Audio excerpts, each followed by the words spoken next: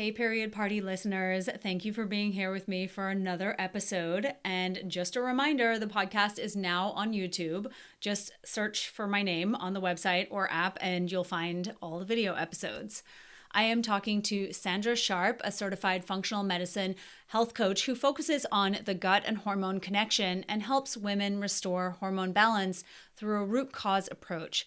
Sandra was diagnosed with a thyroid condition in her teens and then developed thyroid cancer as an adult. So, in addition to her extensive training, she has a lot of personal experience navigating thyroid disease care and how best to approach it from a holistic perspective.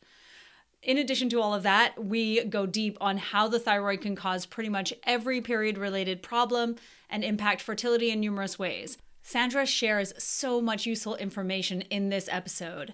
And of course, if you love this episode, please share it on Instagram and tag myself and Sandra, or leave a rating on Apple Podcasts or Spotify, or both, whatever you want. Thank you so much for being here, and I hope you enjoy this episode. Hi, Sandra. Thank you for being on the show. Hello, thank you so much for having me. I'm so honored to be here and so excited to chat with you. Same. I am always so down to talk about the thyroid because of how much it influences every single thing in the body, particularly our cycles and fertility, like we're going to talk about. And so I'm really looking forward to having this discussion with you today. It's going to be so good. Yeah, thank you. Yes. So I know you have had quite a harrowing journey with your thyroid, and we're definitely going to get into that in a moment. But can we maybe start off with why you believe women need to specifically focus on thyroid health, like why it's so important for women in particular? Yeah, so the thyroid is something I think that has now in the recent years become so popular because I think people are starting to realize the far-reaching effects of thyroid health on the rest of our bodies. And, the 1 in 8 women are actually going to develop a thyroid imbalance in their life. And the majority of thyroid cases are actually women, whether that's thyroid imbalance like hypothyroidism, hyperthyroidism, autoimmune thyroid issues like Hashimoto's, or even thyroid cancer. So the majority of cases are actually women. And I think we don't really realize how much our thyroid affects everything from our energy levels to our metabolism to, even brain function, the way we age, everything to menstrual cycles, our fertility. So it really has a vast effect on our overall health. Yeah, I mean, I could not agree with more. Like, I know we'll probably talk about this, but the fact that every cell in our body has a thyroid hormone receptor is kind of a big deal. For some reason, we're not really talking about that. No one's talking about that. Yeah. It's totally crazy. And so I know that you, as I said before, have a whole story around your thyroid. Can you share a little about that? Because I think that will be really eye-opening for a lot of people listening, just because I think we think, oh, thyroid problems are in the future, if at all. And, and we don't really think that what happened to you could happen to us at such a young age. Yeah.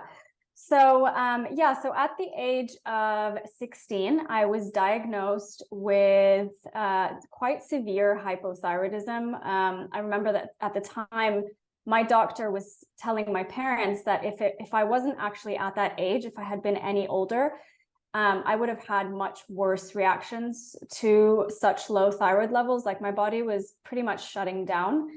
I remember the reason I noticed it was because I had like ridiculous amounts of fatigue. I had never been tired like this in my life. As a teenager. As a teenager, I was 16. Yeah. So I was sleeping maybe 16, 17 hours a day, and I would wake up just like so tired. So that was definitely one of the first things that I said, okay, something's obviously not right. But I also noticed a bulge in my throat. So my thyroid was actually swollen.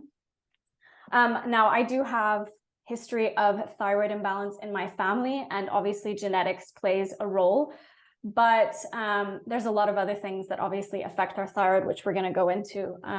So I got diagnosed at the age of 16. I had no idea what anything about a thyroid was. I didn't know what it did. I didn't know how to help it. But I think that's where my fascination with women's health and thyroid health and hormones and all of that really came into play, was that year, because I started to make a lot of changes in my diet, in my lifestyle. And, mind you, I'm 16 years old. So that was a lot to process, changes I had to make. But I noticed a massive difference in my energy levels, in my health.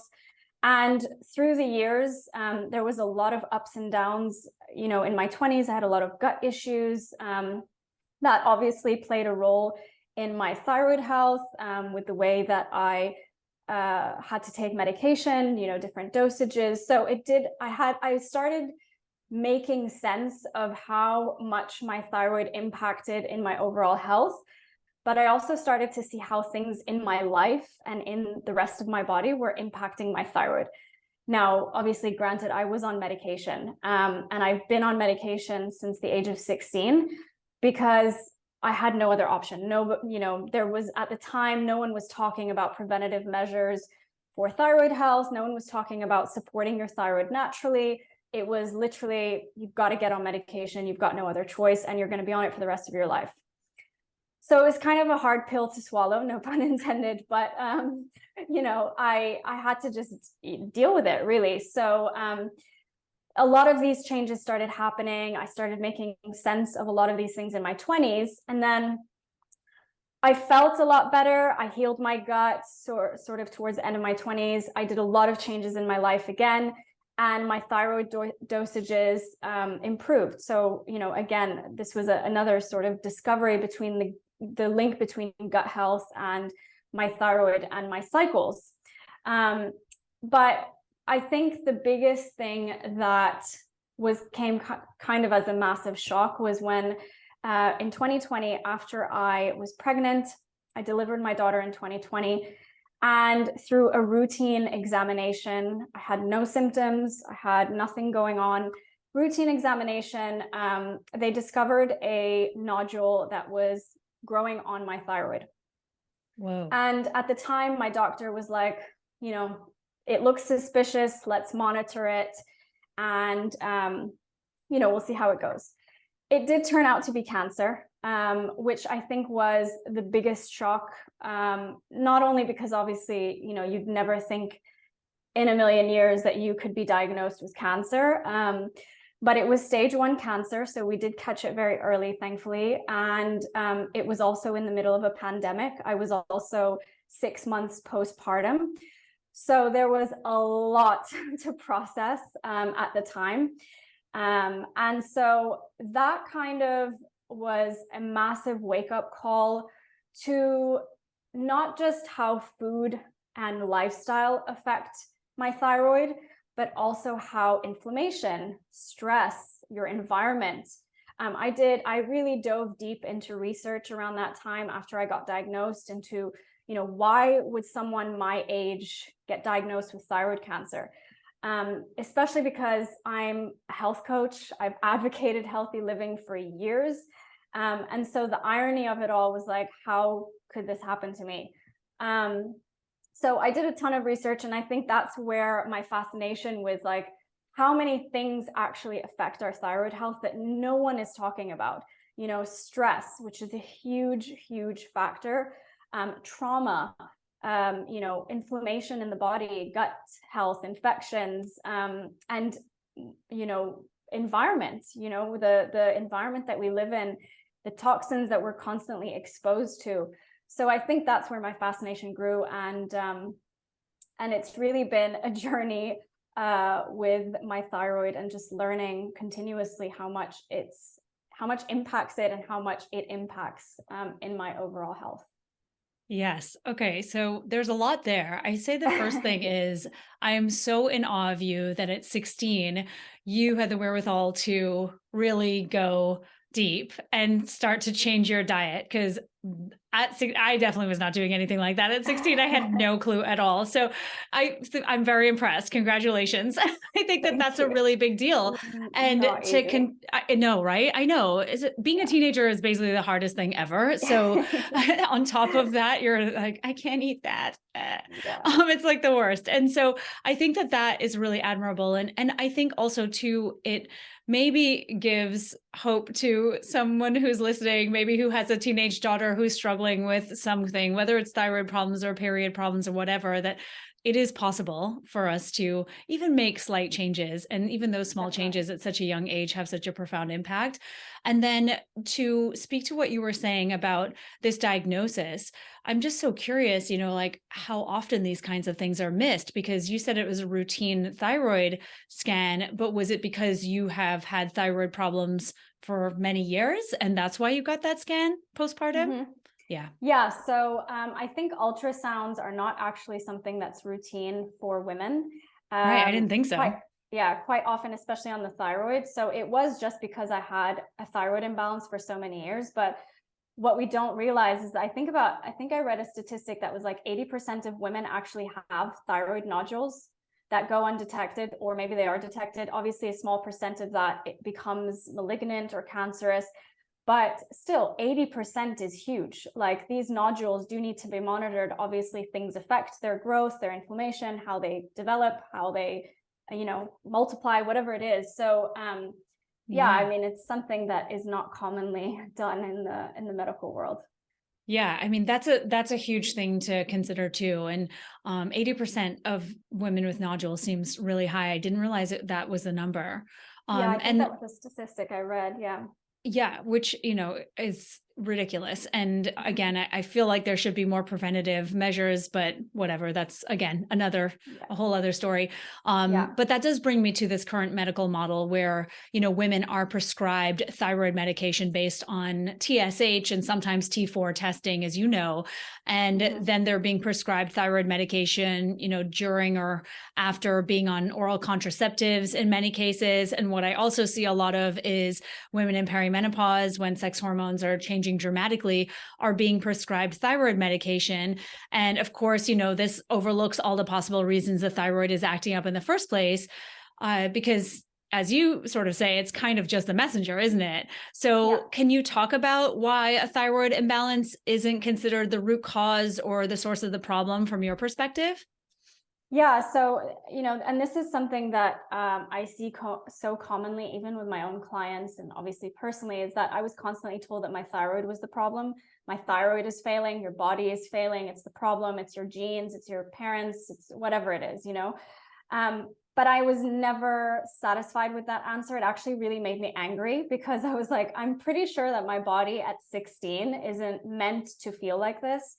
So, and no, I think it took me about 15 years, maybe 10 or 15 years to actually finally understand that your thyroid imbalance is not a root cause. And so there are, like you said, there are so many factors to why hypothyroidism actually develops in the first place. I think the most common is Hashimoto's thyroiditis, which is the autoimmune condition. So, a lot of women who have Hashimoto's will actually develop, the majority of cases will develop from that. But also stress and adrenal problems, HPA dysfunction, the overproduction of cortisol, which obviously in the modern world is so common. Things like infections, trauma, radiation, certain medications like you mentioned. So, prescriptions of birth control, even things like glucocorticoids, retinoids, all of these things can actually affect the thyroid. Thyroid surgery. So if someone gets diagnosed with thyroid cancer, they have to remove that part or all of their thyroid. That can affect thyroid levels, that can get them into hypothyroid state. GI problems, which is massively overlooked, and something that was so overlooked in my case. I had a lot of gut dysbiosis and inflammation, and that was obviously something contributing to my thyroid problems, liver issues, toxins that we're exposed to, especially things like fluoride, which competes with iodine. Obviously, your thyroid needs iodine to function. BPA, phthalates, all of these xenoestrogens that we're literally inundated with on a daily basis. And then things like celiac disease, or non-celiac gluten sensitivity or wheat sensitivity. These are obviously things that also contribute to thyroid problems. So there's so many factors that can we're all lead depressed to now. I know, but yes, it's crazy. Like no one talks about this stuff. So I think No. it's just so important. Women just think that their thyroid is the problem, which is not true. Exactly. I completely agree. And I think that that's been the messaging for so long. And when you listed out all of those things, I was like, and she's keeping going. Okay. All right. We're going to keep going with this. But it is a long list. But at the end of the day, I feel like there are so many things that we can do, and relatively easy things for many of us to start to reduce our burden, because the feelings that come up typically when we list long things like this for many women is, oh, I give up. We're going to die anyways. So whatever, I just don't even want to deal. And I'm just going to blah, blah, blah, blah, blah, block it out. And I get that too. It's like me with accounting. That's how I feel when my accountant talks to me. Yeah, I feel you on that one. Right? Oh my God, I know, it's horrible. I'm like, talk to me in women's health language, please. I can't deal with the financial speak. But my point is that it can feel really overwhelming for everyone who's listening. But just know that we've got solutions for you, for sure. Coming back really quickly to your thyroid cancer diagnosis. So you mentioned stage 1, and I didn't ask you after you finished talking about it, but what was your treatment? What did you do? Yeah. So my treatment at the time, so my doctors actually told me that I had an option of waiting. So they said that thyroid cancer develops quite slowly from all the cancers. It is a slow progressing cancer. So being stage 1, they said, you can wait to have your surgery, but essentially we need to remove your thyroid. And obviously as a new mom, I was like, why would I wait? Like, I don't want to be living with knowing that I've got cancer in my body. So I decided to get the surgery right away. I think it was 2 months after my diagnosis, which was a miracle because it was in the middle of the pandemic. So doctors and surgeons were really hard to find, and they were only doing like emergency procedures. So thankfully I found someone locally who was incredible and super helpful. But I ended up removing my entire thyroid. In my case, I had to remove it all because I've been on medication for so long that basically my brain signal, the medication took over the whole process, obviously, of thyroid hormone production in my body. So it's pretty pointless to have the gland in my body. And it could lead to obviously cancer growth on the other side if you remove only half. So there was that whole conversation. So in my case, I removed it all, and a few lymph nodes that were around, which had also cells that they were kind of worried about. Thankfully, it all came back okay. And I did not have to, in my case, I did not have to do radioactive iodine. So that was also something that I was relieved about. But of course, it's a very much case by case basis. Okay, right. Because the radioactive iodine is typically done, what, if you are more at a later stage or if it's spread? Yeah. So it's usually done if it's a later stage or you've had history of other cancer. Like I know some women who have had breast cancer and then they developed thyroid cancer. And so they removed their thyroid and were told to do radioactive iodine to make sure that there's no, remaining cells anywhere that could potentially develop into more cancer cells. Right, which makes sense. Okay, thank you for sharing that. I wasn't entirely sure what you had done. So I would love for us to talk about thyroid and the thyroid and the testing that's involved with the thyroid, because I think again we could probably do a whole show on just thyroid testing alone, not to mention that there's also definitely two camps, right? Those that believe TSH and T4, sometimes just TSH testing is enough and perfectly adequate. And then those like us who believe there's a lot more to it. And so in your opinion, what are the best testing options to determine thyroid function, and what's been your experience? Yeah. So I think in the beginning, I was tested a lot. TSH and T4 were commonly tested. And then I did start asking for T3. So in the past sort of, maybe I want to say maybe 8 or so years, T3 was a lot more monitored in my case. But you're absolutely right. I mean, TSH and T4 in the conventional medical model is usually the most commonly, sometimes TSH alone, are the most commonly tested. Now, the problem with that is TSH alone can actually make you miss a potential hypothyroidism diagnosis.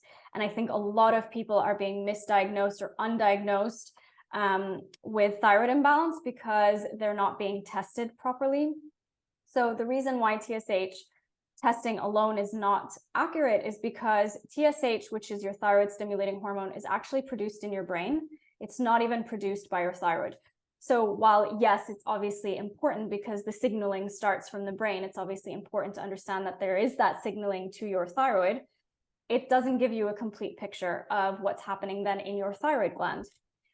Also, TSH can be affected by medication. Sorry, not TSH, your thyroid gland can be affected by medication and your TSH might not be affected. So your TSH might show up normal on a panel, but your thyroid gland is not functioning properly. So you might actually have hypothyroidism. And then if you're testing TSH and T4, even though that's obviously your thyroid hormone, which is your main thyroid hormone, thyroxine, it still doesn't give a complete picture because that thyroxine needs to be converted to T3. So that T4 is not actually being used. It's not the active form of the thyroid hormone in your body. So it's not being used by your cells. So we need to actually make sure that you're converting it to T3 and your cells are appropriately using that T3. So that's why it's, and then obviously that conversion can also be affected by inflammation. So we need to make sure that T3 is being tested to get that full picture. So a full thyroid panel is extremely important and something that I'm constantly emphasizing with my own clients because I see it all the time. It's always just TSH or TSH and T4. No one tests T3, and a lot of doctors will actually refuse to test T3 and they say it's not important, or they will refuse to, and they'll also refuse to test things like antibodies, which is crazy to me because you see the symptoms, but no one's testing for it. And isn't like autoimmune thyroiditis like the most common cause of hypothyroidism, which is crazy. Exactly. And the only way to know is testing the antibodies. Exactly. So with the full thyroid panel, can you talk about what's in that just so everyone knows what they should be asking for, even though they might get denied? Sure. Yeah. So, I mean, if you do get denied, find a doctor who doesn't deny you or find a functional medicine practitioner who can support you because it's super important, obviously, to test everything. So a full thyroid panel would include your TSH, your free and total T4, your free and total T3, your antibodies, which are your TPO and your TGA, and ideally your reverse T3. So that can also show, if you've got a lot of stress in the body, if things aren't really converting properly, if your cells aren't using the T3 appropriately, then that can actually show up in reverse T3 numbers. So that's not quite commonly tested, but it is something that can add another dimension, another point of accuracy in your testing. Yeah, that's so good. And I think it's just really interesting how often I hear from clients and from women online that their doctor just won't test, whatever. They won't test T3, like you said. They sometimes won't even test T4, and the sheer frustration. And so just so everyone knows, like you said, Sandra, you can find a functional medicine doctor, you can find a naturopathic doctor, you can also find someone like a dietitian who, has functional medicine training who can run these tests for you. In fact, I'm working with a dietitian friend right now, and I'm doing a full thyroid panel, and I'm doing it through Vibrant America Labs. And, I have a phlebotomist coming to my house tomorrow. So it is, there are, at least in the US and countries where, these kinds of services are offered, you do have some options. And I recognize that it's more challenging in other places, but I think that it sometimes just feels like a dead end for so many women. And then you have thyroid Yeah. problems, and you're already exhausted. Yeah. So you just don't know what to do. So I don't know. Do you have any thoughts on that as well? On the Um, frustration with accessing this kind of care? Yeah, it is obviously frustrating. I mean, a lot of the times doctors will tell you that they won't order it because one, it's not necessary in their opinion, but also because insurance won't cover it. Right. And a lot of the times they'll tell clients or patients that because their thyroid numbers aren't like ridiculous, off the charts hypothyroidism, then there's no need to be testing further. Whereas I don't think you need to wait, obviously, to the point of like no return, which was like in my case. Had I known earlier, or had I been aware of these things, then I probably could have prevented it, or could have made changes earlier, or could have done things in a different way to maybe not have my hypothyroid be sort of a life sentence type of thing. But I think nowadays, I mean, even here in Dubai where I'm based, there's a lot of options now where you can get full thyroid panel testing from functional clinics. We also have similar at-home testing to the US. So there are companies now that are providing that, which is amazing. Yeah. I think it's just, people have to be aware of these options. And I think that's the problem. I mean, we're conditioned to think that obviously conventional medicine is the only option, but we do have other options to be able to get the adequate testing Yeah. to, because if you are experiencing symptoms and you're being told that it's all in your head, I mean, that is super common, obviously medical gaslighting and all of that. So if you do feel like you have any symptoms of hypothyroid, please do get tested somewhere else and find someone that can support you. For sure. I could not agree more. And something else that I think comes up so often with the testing conversation is the fact that women will say, "Well, I did all the testing and it came back normal. And Yeah. my doctor told me my results are normal. Yeah. I feel terrible, but my doctor still said everything's fine." And that is, it's so frustrating, and it is such a weird gaslighty kind of situation to be in, because I Yeah. remember Dr. Sean Tassone saying that when your doctor tells you that you feel terrible, it's called lazy medicine because they're not going to Yeah. dig any deeper. And I really like that That's because true. it's kind of true. And I would say that's the case for any practitioner if they just tell you, okay, well, you're fine, even though you don't feel fine. And so can we talk a little bit about the difference between the optimal ranges versus the traditional, conventional Normal. medical ranges, Yeah. normal ranges? Yeah. Yeah, so there's definitely a difference between both. So conventional ranges are bigger ranges. So it's more, the chances of you falling into the normal range, quote unquote, is a larger chance. Whereas if you are testing in a functional clinic, or you're doing functional lab testing, then the range is much smaller. So what functional lab testing does is they look at the optimal range of these numbers versus the conventional, which is the normal. So we don't want to be normal, we want to be optimal.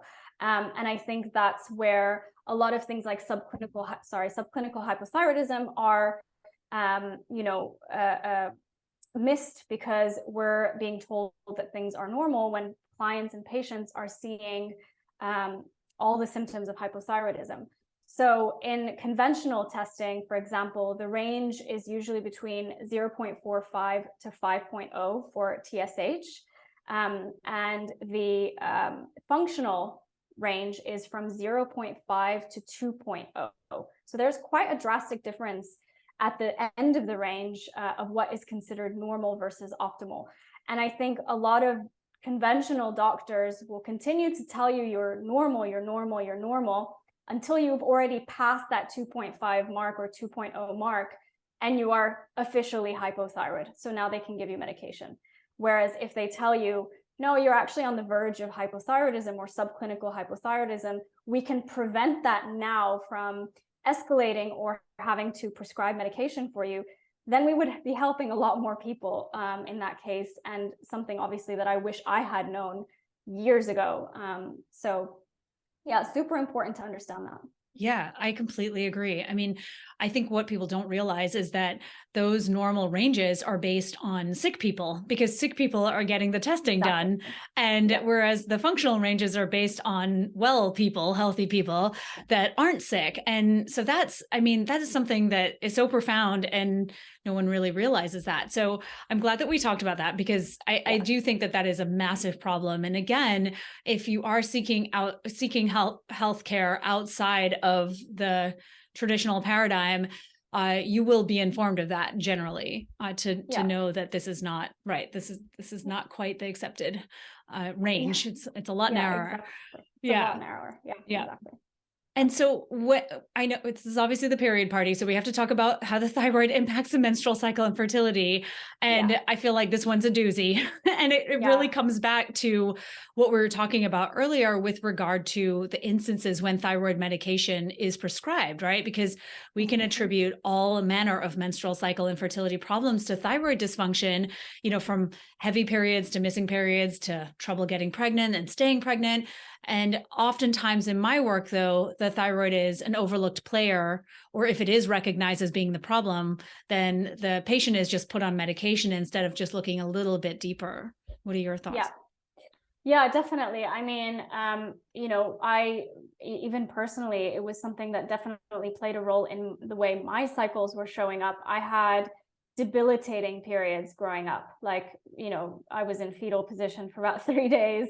I missed school. I missed work when I started working. So this went on into my early 20s, or mid 20s. And I never put two and two together. Nobody ever spoke about the effects of thyroid health, especially hypothyroidism, on our cycles, and things like estrogen and how that shows up in our bodies.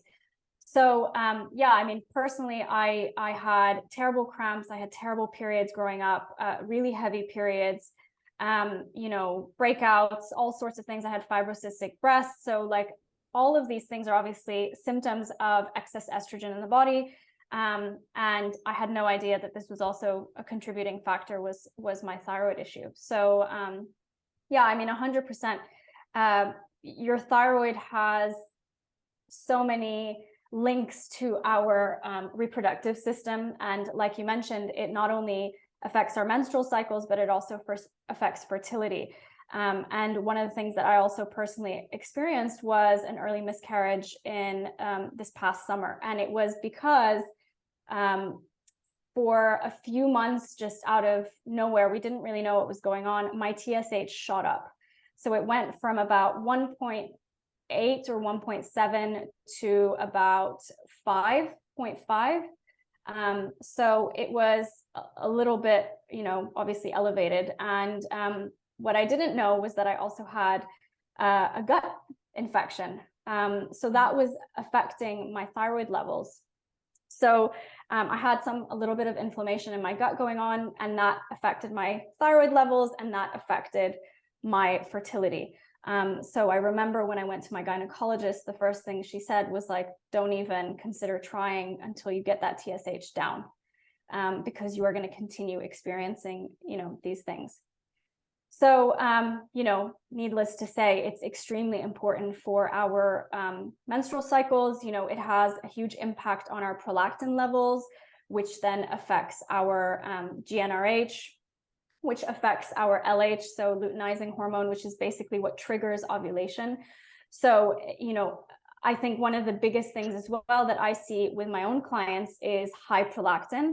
And hypothyroidism that kind of go hand in hand. And obviously things like high prolactin can also be affected by stress, which also affects our thyroid. So it's amazing how everything is super connected.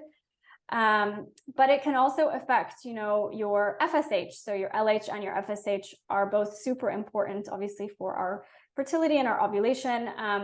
So it can affect your follicle development. It can cause women to go into premature ovarian failure. It can affect the fertilization of eggs. So it definitely has an impact on those hormones, but it can also, obviously, like we mentioned, affect our estrogen levels. So if we have a low functioning thyroid, we most likely also have high estrogen levels, because I think one of the biggest factors is one of the most common symptoms of hypothyroidism is actually constipation. And so we have this inability to metabolize estrogen as it needs to be metabolized. And, you know, obviously estrogen is a really powerful hormone, but we need to produce it, use it, metabolize it, and get rid of it. And so a lot of women with hypothyroidism will actually have high estrogen in their bodies because that elimination process is not working properly. And so, like I said, you're going to see symptoms of PMS, fibroids. You're going to see, you know, high chances of fibrocystic breasts, a lot of heavier periods, blood clotting, things like that. And you're going to see low progesterone, which obviously we need for our fertility, and progesterone and thyroid hormone go hand in hand. Yeah. So if you have low progesterone, you're going to have low thyroid hormone, and vice versa. So fun times. Obviously, fun times. So obviously, as you can see, it's like a massive intertwine. Obviously, as you know, it's a massive intertwine of just all these hormones and all these things at play. And I think we really downplay and underestimate the importance of our thyroid and what it does in our bodies as women. I love this so much. Thank you so much for breaking it all down. I was like, yes, sure. Yes, yes, and yes. Check, check, check. Hopefully everyone who's listening is just loving this, because this information I think is so vital for all of us to have, and yet we don't. And so when we understand that, you know, like you said, there's so much interconnectedness, right? If we have low progesterone, we may have low thyroid function. If we have low thyroid function, we may have low progesterone. They work kind of on a feedback loop. And like you said, the prolactin. And I think so many women hear prolactin and they think, oh, well, that's elevated when we're breastfeeding. And that's actually not true. I see elevated prolactin all the time, and not elevated to the point that's indicative of, of like pituitary tumor that's causing the hyperprolactinemia, but it's more that it's just driven by this chronic state of mental and emotional stress that we're all living in. And that's also driven by things like extreme diets and very restrictive eating that puts an additional stress burden on the body. So there are multiple ways this shows up. And so it really comes back to some simple things, which I think we can totally get into. Like I loved what you had said in the notes before we started about having a realistic start point. Like, how do we actually realistically make changes that are going to influence our thyroid? Yeah. So there are, I think the three main things obviously we have to focus on are your diet, your stress levels, and your environment. So the products you use, the toxins you're exposed to. I think when it comes to your diet, the most important thing is to first understand and make sure that you don't have any sort of gut issues, because if you have any sort of dysbiosis or parasites or, H. pylori or leaky gut or any of these things, you're going to have a nutrient absorption problem. And I think something else that a lot of people don't know or realize is that hypothyroidism causes low stomach acid production, which affects the absorption of nutrients from food. So a lot of people who have or develop hypothyroidism are also very nutrient deficient. So I think one of the most important things first is to understand that you don't have a gut problem, or actually address any sort of gut issues, low stomach acid, all of these things. But when it comes to your diet, a whole food balanced diet is key. And like you mentioned, low carb is a no-go for thyroid health. Like, please eat your carbs. Eat your carbs. Eat your carbs, kids. But I think it's really important also to understand like the certain nutrients that we need for thyroid health. So obviously iodine is the biggest one, because iodine is what, helps our thyroid function. Most of us are iodine deficient because of the whole like scare of, salt is bad for you thing. So it's not bad for you. We need it, obviously. We also don't eat enough things like seafood and sea vegetables and things like that, which have iodine in them. So that's super important to be consuming, but also making sure that we don't have access to fluoride, like in the water that we're drinking, in the toothpaste that we're using, because fluoride competes for iodine in the body. and it will deplete your iodine. So that's probably the first and foremost thing. But we also need to understand that we need to be eating enough protein, especially animal protein, because it is superior when it comes to the nutrients that we're getting for thyroid health. So your selenium, your zinc, your iron, especially heme iron, which is really important for our thyroid, and mainly from animal sources. Fatty fish, wild fish, like I mentioned, carbohydrates. So your gluten-free grains, your starchy veg, all of these nutrients are super important. Your zinc, obviously, which you can find in oysters, you can find in beef, your magnesium, vitamin D, a huge thing with vitamin D deficiency and hypothyroidism, and adaptogens. So those adaptogens like ashwagandha, reishi are all going to be great for helping your nervous system, helping your adrenals, which is basically going to go hand in hand with helping your thyroid. So good. And I forgot to mention, oh my God, I forgot to yes, mention selenium. Sorry. Yes. Selenium, super important. So Brazil nuts, liver meats, all of these, so good for your thyroid. Yeah, I feel like you and I are very similar in the approach in terms of diet, with a more of an ancestral type dietary approach, just because bioavailability of these nutrients is so critical when you're in such a depleted state. And then 100%. Also, like you said, with the carbohydrates, just what I see over and over again is that we've just been restricting. Many of us have, or we just haven't been eating the nutrients that we've needed, or we've been eating too many carbohydrates unaccompanied by protein and fat.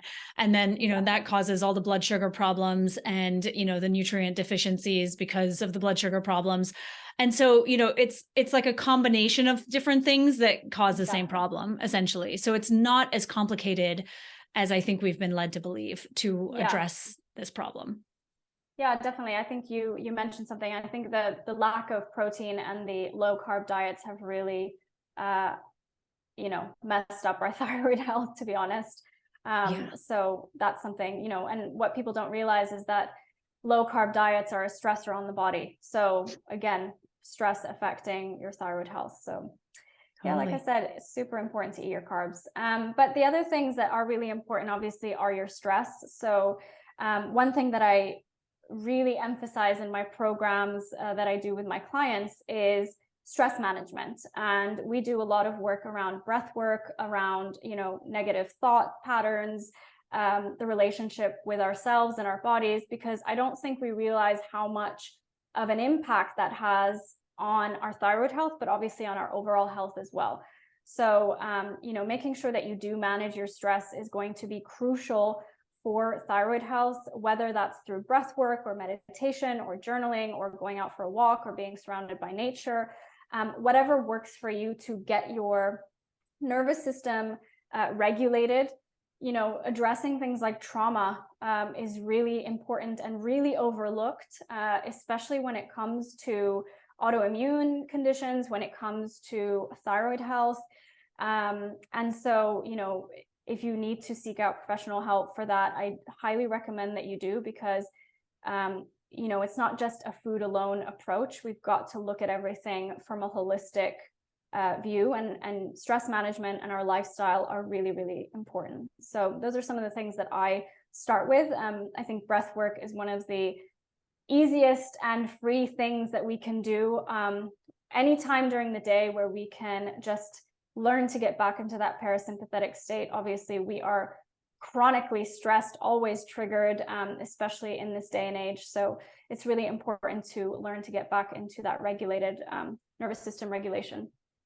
And then the final thing is your environment. So this is also something that I really emphasize in my programs, because I made an immense amount of swaps and changes in my products, in my cleaning products, in my skincare, in the water that I'm consuming, because I didn't realize how many things I was using that were endocrine disrupting chemicals, or had endocrine disrupting chemicals in them, which were like completely linked to thyroid imbalance, but more importantly, thyroid cancer. And one of the things that I went on was ewg.org, which is the Environmental Working Group, which is a great resource to use. And I actually researched all the products that I was using and the ingredients that were in them. And I was floored by how many things were in my products that were completely affecting my thyroid, and I had no idea. So I literally, I know it's super overwhelming because you can't tell someone, throw out everything that you're using and start over.